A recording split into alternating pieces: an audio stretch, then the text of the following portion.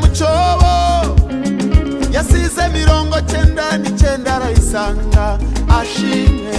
Uwo mwami ndamukunda, nawe ndamugukundishije. N'umunyarukundo ruhebuje, niwe uturinda amajya n'amazi, niwe uturindira muri yasi tuba turimo, iyo dusinziriye akatugarura muri isi ducumbitsemo. Ku magare, ku mamoto, mu mamodoka ndetse no mu ndege, mu nyanja tugiramo hose araturinda. Igitangaje n'ababeshya ngo bajye ikuzimu n'abarabarinda, uwo mwami n'umunyembabazi. Ndetse n'abakina imikino bakinira mu nzira y'agakiza, uwo mwami arabarinda.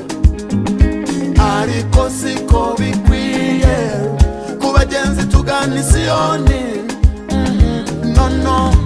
Turi intama za Kristo, kuko ni we ncunguye ubuzima bwacu.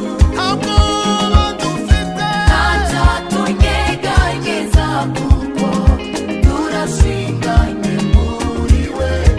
Turi intama za Kristo, kuko ni we ncunguye ubuzima bwacu.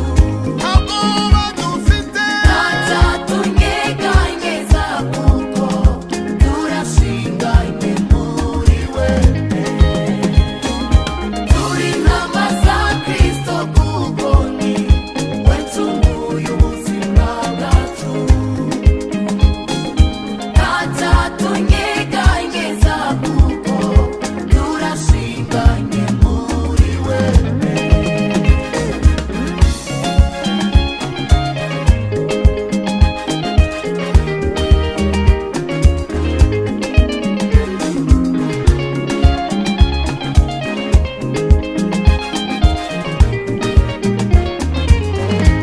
Umva, nta mpamvu yo kugira ubwoba bw'ibizaba ejo, kuko twegamiye umugabo ukomeye, ari we Yesu Kristo, intare yo mu muryango wa Yuda, umwe rukumbi, umugabo ukomeye kurusha abandi bose.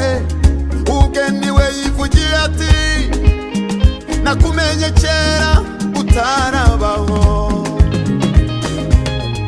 Ubwe niwe yivugiye ati, nakumenye kera utaravuka, nakwejeje utaravuka, ushyiriraho kuba umuhanuzi uhanurira amahanga. Umwana wa